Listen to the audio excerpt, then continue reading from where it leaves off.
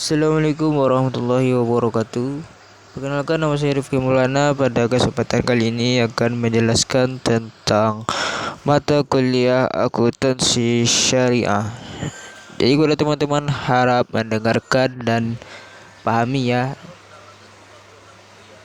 Langsung saja kita masuk pada slide yang pertama.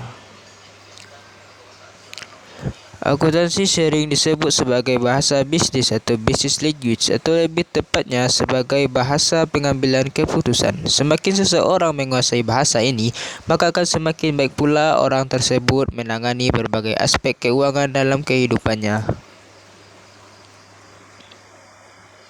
Definisi akuntansi dapat dirumuskan melalui dua sudut pandang, yakni definisi dari sudut pandang penggunaan jasa akuntansi dan definisi dari sudut pandang proses kegiatannya.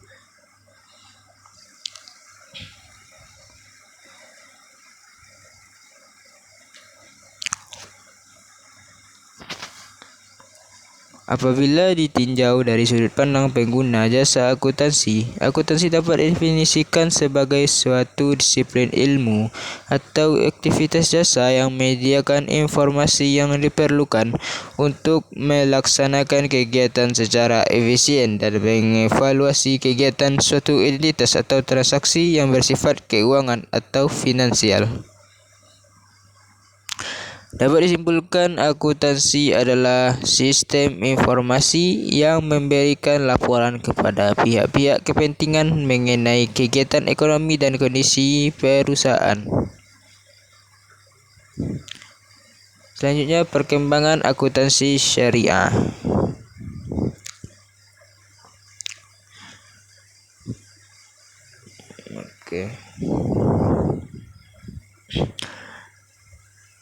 Diawali dengan Midgard Local Saving Bank di Mesir tahun 1963 yang kemudian diambil alih dan direstrukturisasi oleh pemerintah Mesir menjadi Nasser Social Bank pada tahun 1972.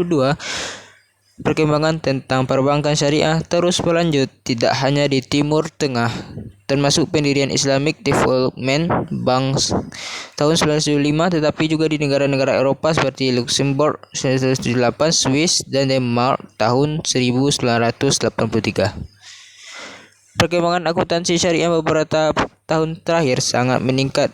Ini ditandai dengan seringnya kita menemukan seminar, workshop, diskusi, dan berbagai pelatihan yang membahas berbagai kegiatan ekonomi di dalam akuntansi Islam, mulai dari perbankan, asuransi, pegadaian, dan lain-lain. Perkembangan akuntansi syariah di Indonesia tidak dapat dilepaskan dari proses pendirian Bank Syariah. Pendirian Bank Muamalat Indonesia (BMI) merupakan landasan awal diterapkannya ajaran Islam menjadi pedoman bermuamalah tahun 1991.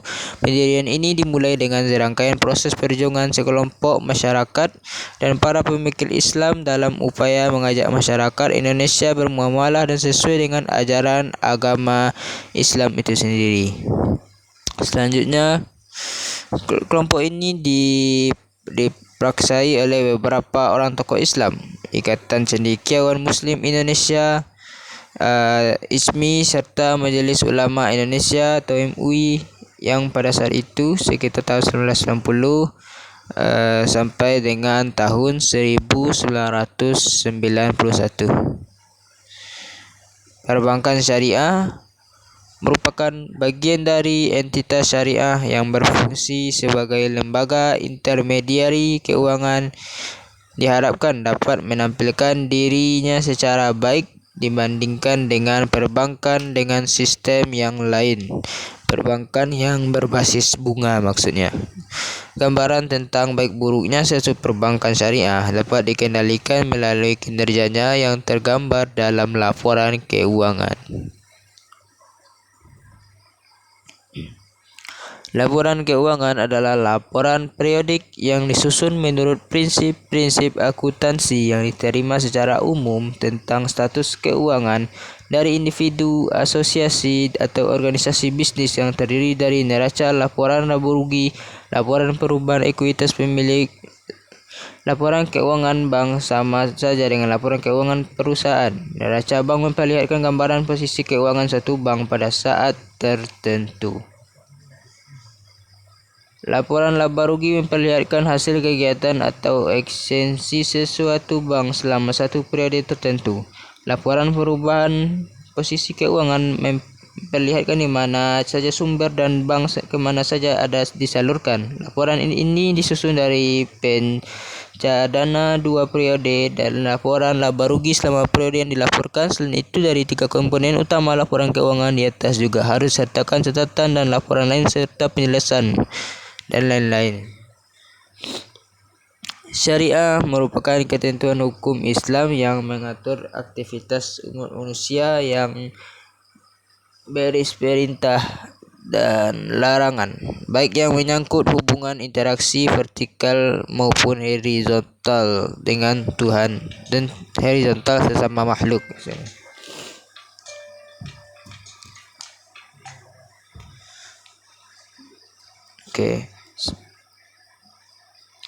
Prinsip syariah berlaku umum dalam kegiatan muamalah. Transaksi syariah mengikuti secara hukum bagi semua pelaku dan stakeholder perbankan yang melakukan transaksi syariah.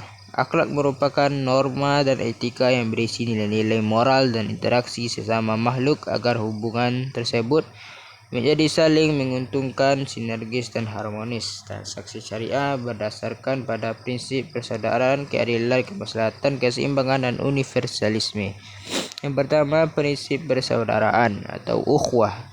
Esensinya merupakan nilai universal yang menata interaksi sosial dan harmonisasi kepentingan para pihak untuk kemanfaatan secara umum dengan semangat saling menolong. Transaksi syariah menjunjung tinggi nilai kebersamaan dalam memperoleh manfaat atau sharing ekonomik sehingga seorang tidak boleh mendapat keuntungan di atas kerugian orang lain. Ukhuwah dalam transaksi syariah berdasarkan prinsip saling mengenal ta'aruf, saling memahami tafakum, saling menolong ta'awum, saling menjamin takaful, saling bersinergi dan beraliansi tahalul. Yang kedua, prinsip keadilan adalah esensinya menempatkan sesuatu hanya pada tempatnya dan memberikan sesuatu hanya pada yang berhak serta melakukannya sesuai dengan posisinya.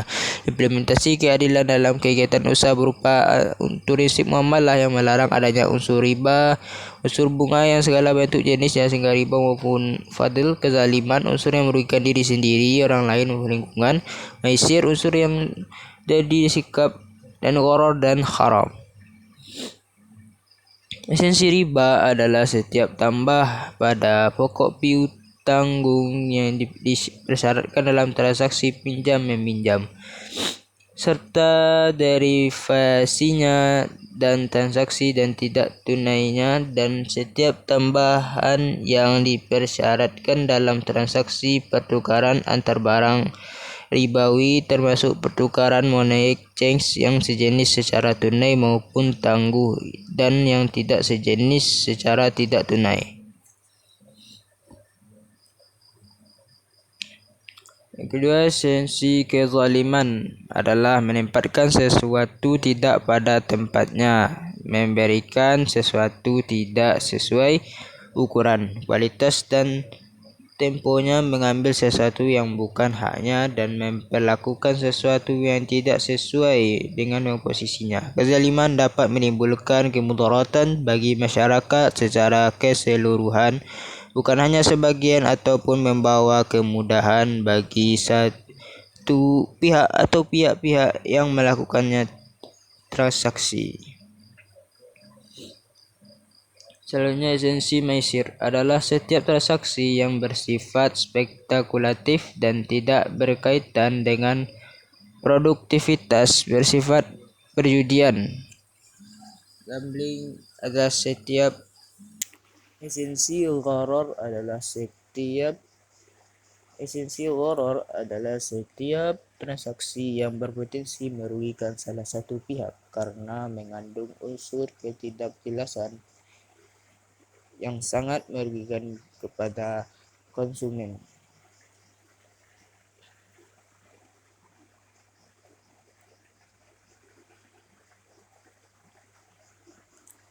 Selanjutnya prinsip kemaslahatan atau maslahat. Esensi ini merupakan segala bentuk kebaikan dan manfaat yang berdimensi duniawi, ukhrawi, material, dan spiritual serta individu, dual dan kolektif. Kemaslahatan yang diakui memenuhi dua unsur, yakni kepatuhan syariah atau halal serta bermanfaat dan membawa kebaikan thayyib dalam semua aspek secara keseluruhan yang tidak menimbulkan kemudaratan. Prinsip universalisme atau syumsuliyah, esensinya dapat dilakukan oleh dan untuk semua pihak yang berkepentingan tanpa membedakan suku, agama, ras, dan golongan sesuai dengan semangat kerahmatan semesta atau rahmatul lil alamin. Mungkin itu saja yang dapat saya presentasikan, saya sampaikan pada kali ini. Saya mohon maaf kalau videonya nggak sampai 20 menit dah, karena HP sana cuman sampai 10 menit karena penyimpanannya atau masalah lain juga dah. Mungkin itu saja teman-teman yang mendengarkan. Saya mohon maaf kalau ada salah. Wabillahi taufiq wal hidayah. Assalamualaikum warahmatullahi wabarakatuh. Assalamualaikum warahmatullahi wabarakatuh.